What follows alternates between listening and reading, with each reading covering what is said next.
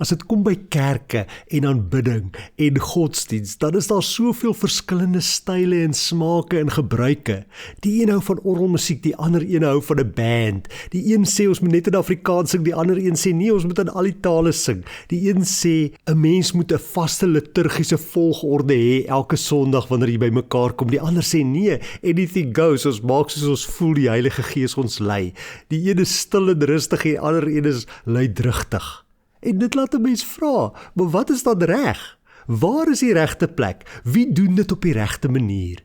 Meer as 2000 jaar gelede het Jesus 'n gesprek met 'n vrou gehad, die Samaritaanse vrou by die put van Samaria, wat hierdie hele idee van wat is dan nou reg, hoe moet ons God aanbid, heeltemal op sy kop gekeer het. Hy het basies vir haar gesê, die plek maak eintlik nie meer saak nie. Die hoe en die wie is al wat tel.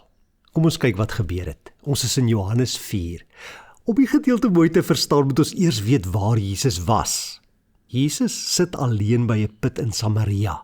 Dis middagete tyd en 'n Samaritaanse vrou kom om water te skep. Nou in daardie tyd het Jode en Samaritane mekaar passievol gehaat. Ja, hulle het mekaar nie eers gegroet nie. Die Samaritane het geglo die regte plek om God te aanbid is die berg Gerizim. Die Jode het weer gesê nee, die tempel in Jerusalem, dis die enigste plek.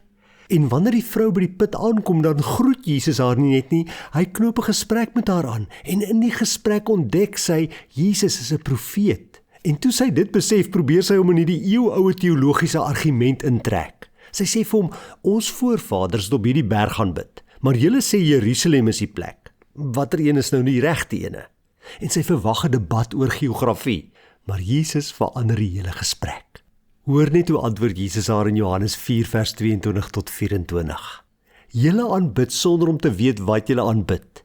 Ons weet wat ons aanbid, want die verlossing kom uit die Jode. Maar daar kom 'n tyd, en dit is nou, wanneer die ware aanbidders die Vader deur die Gees en in waarheid sal aanbid. God is Gees, en die wat hom aanbid, moet hom deur die Gees en in waarheid aanbid. Sien jy wat Jesus hier doen? Heel eers spreek hy haar eerlik aan. Die Samaritane het net 'n deel van die Ou Testament aanvaar, so hulle kennis van God was onvolledig. Die Jode het die hele openbaring gehad. Die verlossing kom immers deur die Joodse lyn van die Messias. Maar net daar gooi hy die hele berg Gerizim versus Jerusalem debat by die venster uit. En hy sê, God is Gees. Omdat God nie 'n fisiese liggaam het wat aan een plek gebind is nie, kan hy nie vasgevang word in 'n spesifieke gebou of op 'n berg of in 'n kultuur nie.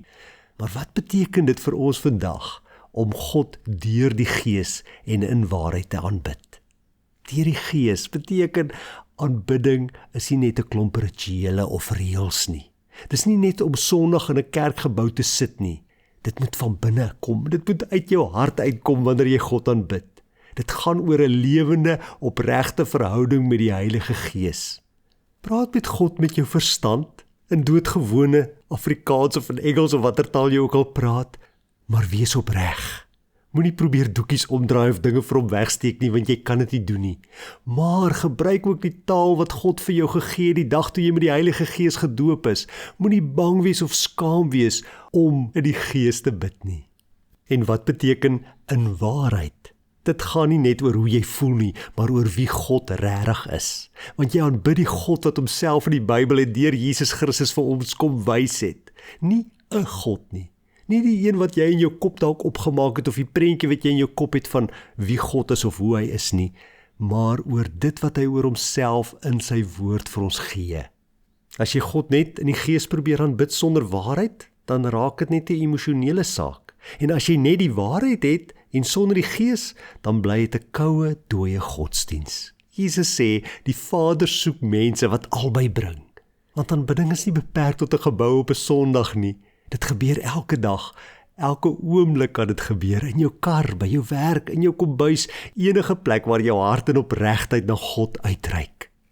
Baie dankie Hemelse Vader dat ek U kan aanbid. Dankie dat ek dit in Gees en in waarheid kan doen.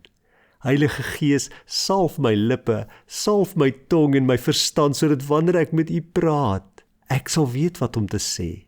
Dankie dat ek ook die versekering het dat U my in my swakheid bystaan, dat U my help en dat U wat die hart deurgrond presies weet wat die bedoeling van my hart is.